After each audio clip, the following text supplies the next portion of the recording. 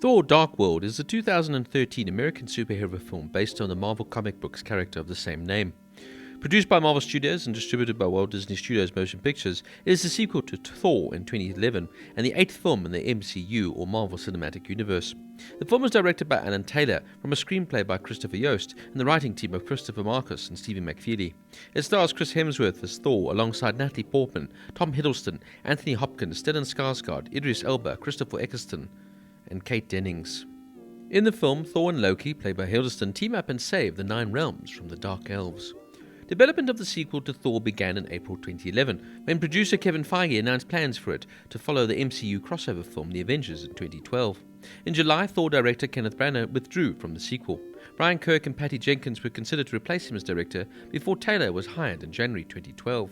The supporting cast filled out in August 2012 with the hiring of Eccleston as the film's main villain. Filming took place in September to December 2012, primarily in Surrey, England, as well as in Iceland and London. Taylor wanted the film to be more grounded than Thor, inspired by his work on Game of Thrones. He hired Carter Burwell to compose the score, but Marvel replaced Burwell with Brian Tyler. Thor: Dark World premiered at the Odeon Leicester Square in London on October 22, 2013 and was released in the United States on November 8th as part of Phase 2 of the MCU.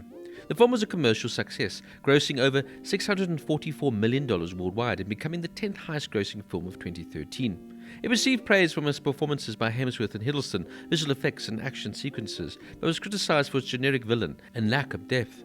Retrospectively, Taylor has expressed dissatisfaction with the film, stating that Marvel substantially altered it from its original vision during post-production.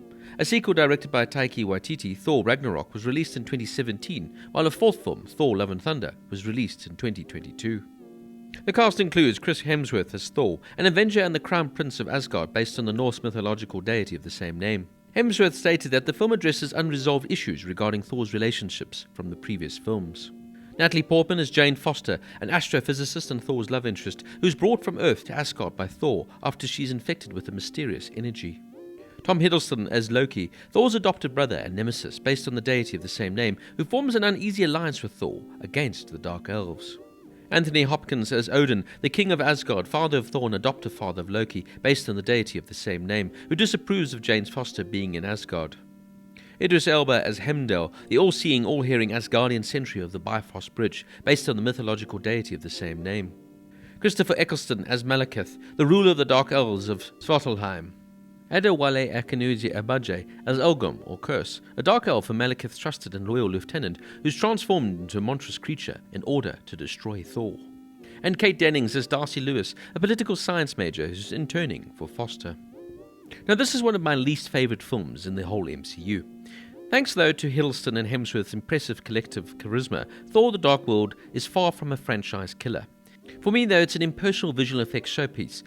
I mean, it does prove itself worthy enough and it's unpretentious enough to be offset in a stew of otherwise derivative fantasy action elements, and it delivers the goods, the action, and the otherworldly grandiosity of romance and humour above its predecessors, say.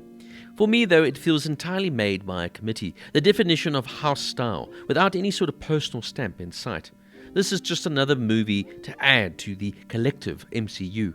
Although director Alan Taylor manages to get things going properly for the final battle in London, the long stretches before that in Asgard and the other parts of the film just for me drag and act like filler episodes of Game of Thrones, which of course Alan Taylor directed. There's no narrative complexity, no mythological heft or pervading sexiness. The battle scenes are just lacking in any excitement, if you will.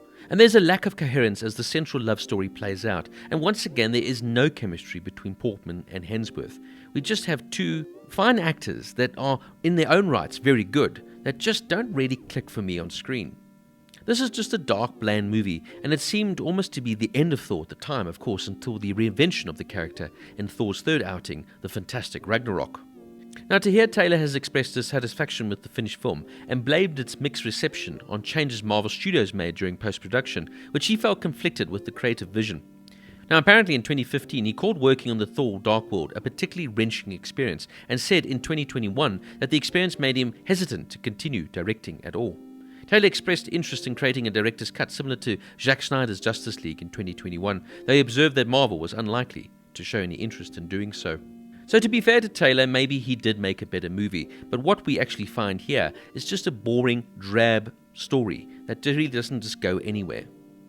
This was definitely Thor's low point, and if it wasn't for the natural charm and charisma of Hemsworth in the role, well, I think they could have left Thor behind. Eccleston tries his best as Malekith, but he really is one of the blandest and dullest baddies within the whole MCU canon. And that's wherein lies a big problem in this movie. When you don't have a proper antagonist, the protagonist just seems quite sort of flat. Now, don't get me wrong, this is an inoffensive film, and it's easy enough to watch, but it's one of those films that I really haven't even bothered to go and try and watch again and again, like some of the other MCU movies, which I particularly enjoy. This is by far the weakest Thor movie, and definitely one of the weaker MCU movies. Thor, The Dark World, gets a 6 out of 10.